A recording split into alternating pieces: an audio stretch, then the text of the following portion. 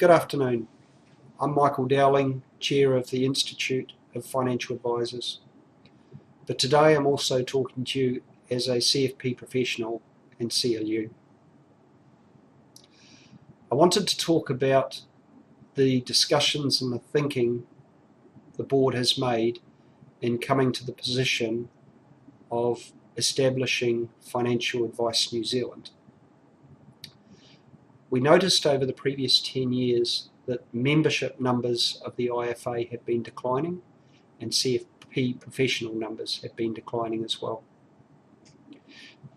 This board and previous boards have asked the questions and looked to stabilise that.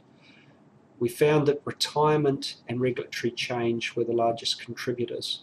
In recent years, we've seen membership stabilise, but we're concerned with further regulatory change may initiate more shrinkage in membership numbers in CFP professionals. Additionally, we've had issues around the education pathway. One of our education partners has not been able to offer the qualification programs for the CLU program. While we had some success sourcing another partner who's been able to build a process through level 5 through to CFP certification, we're concerned that our partners will struggle to deliver programs when few are prepared to take up the pathway to excellence. We're pleased to say we have had success with the introduction of student membership. We're at a figure over 30 now, and that offers some consolation. However, the numbers are not sufficient to compensate for the loss.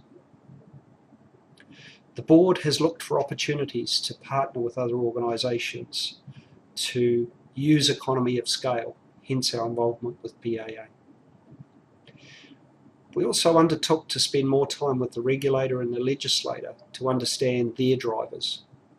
And as we spent time, we came to understand the largest driver is around regulating financial advice, not necessarily setting financial planners apart. There is an opportunity to lead the advice industry into becoming a true profession. For financial planners, there were two choices. We could pursue this exclusively or inclusively. If we took an exclusive pathway, then we would see member numbers fall further as we focused around financial planners. This could make the institute financially unstable or inviable.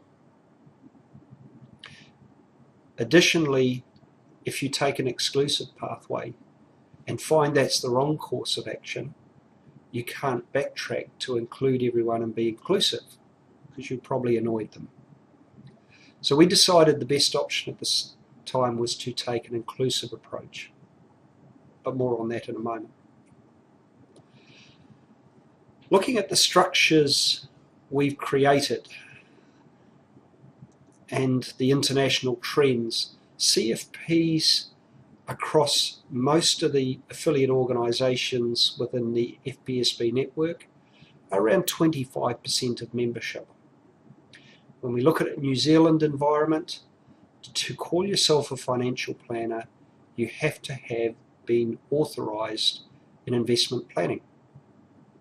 So in the New Zealand context, that's 1,100 advisors. So we sit around the 25% mark. Some of those advisors are in professions where they are unlikely to pursue a financial planning approach, such as share brokers. So the problem we saw was around that of expanding the pool we could talk to show them the benefits of pursuing a CFP certification pathway.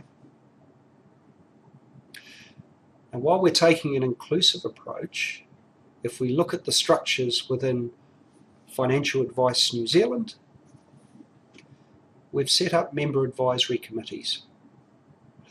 That allows a committee to take an exclusive approach. So the Financial Planning Member Advisory Committee can be solely focused on the needs of financial planners and look to have those addressed through the operational structures. Within Financial Advice New Zealand, there will be 2 budgets for promoting CFP professionals. The first will be within the external facing budget. That is the promotion budget for promoting what good advice looks like, good advisors look like, best practice, and that has been set at a figure that will allow us to represent all advice areas. However, Sue Brown is on record for having saying CFP professionals will get a significant amount of that budget. The second budget will be derived from the income solely within CFP and CLU, and it will be used to promote within Financial Advice New Zealand advisors taking a pathway to the CFP certification. We're not alone in the experience we're going through. Attached to this email, there's a video from Noel May, the CE of FPSB. He'll talk about some of the other bodies that are exploring the territory we are, moving in and becoming bigger bodies to have a broader membership around financial advice, and financial planners being a subset of the bigger body. Additionally, where there's bodies that have taken a similar approach and moving from being advisor focused to advice focused. We are on the leading edge, and change is always difficult, but we're not alone. Throughout this process over the last 2.5 years, we've always taken the opportunity to share the discussion, surveys, findings, results with FPSB to get their view and input. Additionally, they supported us with the negotiation of the Constitution for Financial Advice New Zealand. FPSB has always been supportive, and we lean on them heavily for their experience. I must admit, IFA members have had a strong presence through the process we've engaged in. In my opinion, it's because the journey our members have gone through to be AFAs and CFP professionals has required us to think through aspects of professionalism and practice. And when we've had important discussions where we've had to consider positions, our membership has had the benefit of having to think those things through in the past and share their considered thought. I ask you all to approach Paul Sewell. He's the chair of the Financial Planning Member Advisory Committee within Financial Advice New Zealand. There's a small message from Paul attached to this email as well. We have an opportunity to have 4 passionate people drive what financial planners are looking for, and if we all get behind them, we can achieve the things we achieve within an economy of scale and a scale that we could not have achieved by ourselves. Thank you for your time. If you have questions, comments or thoughts, please pass them through Karen or Fred or directly by email. It's been a pleasure to serve you. Good afternoon.